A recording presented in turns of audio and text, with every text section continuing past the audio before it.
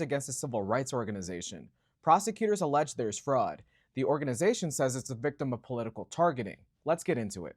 The Southern Poverty Law Center, or SPLC, is a 55-year-old nonprofit and advocacy organization that works to protect civil rights for Black and brown people. It has a history of investigating white supremacists and other hate groups. The center recently made it public it used paid informants to do so. We frequently shared what we learned from informants with local and federal law enforcement, including the FBI. We did not, however, share our use of informants broadly with anyone to protect the identity and safety of the informants and their families. They no longer use informants, but it's not clear if the law enforcement agencies knew the source of the information, which leads us to this press conference. The SPLC was not dismantling these groups.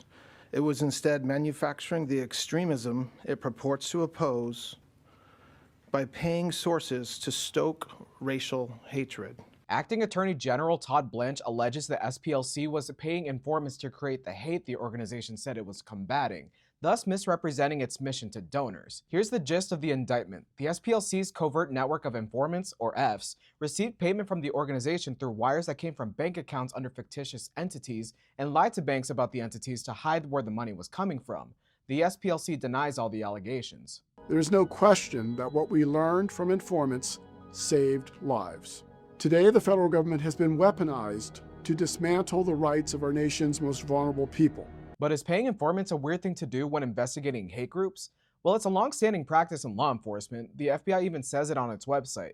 But there's strict federal oversight on how these payments are handled. And that's where the issue is for the SPLC. It's about how these informants were paid. But that's just the legal question. There's also a political question critics are bringing up. FBI Director Kash Patel cut ties with the SPLC and the Anti-Defamation League after conservative backlash following Charlie Kirk's assassination, since SPLC was critical of Kirk's organization. Before that, in 2023, House Republicans held a hearing titled Partisan and Profitable, the SPLC's influence on federal civil rights policy. The DOJ itself is also under public scrutiny.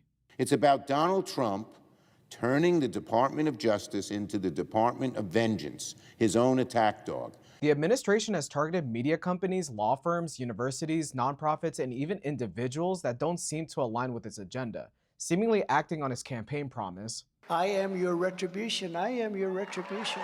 In a controversial move, the president publicly directed the DOJ to investigate Act Blue, a Democratic Party fundraising platform for alleged illegal campaign donations.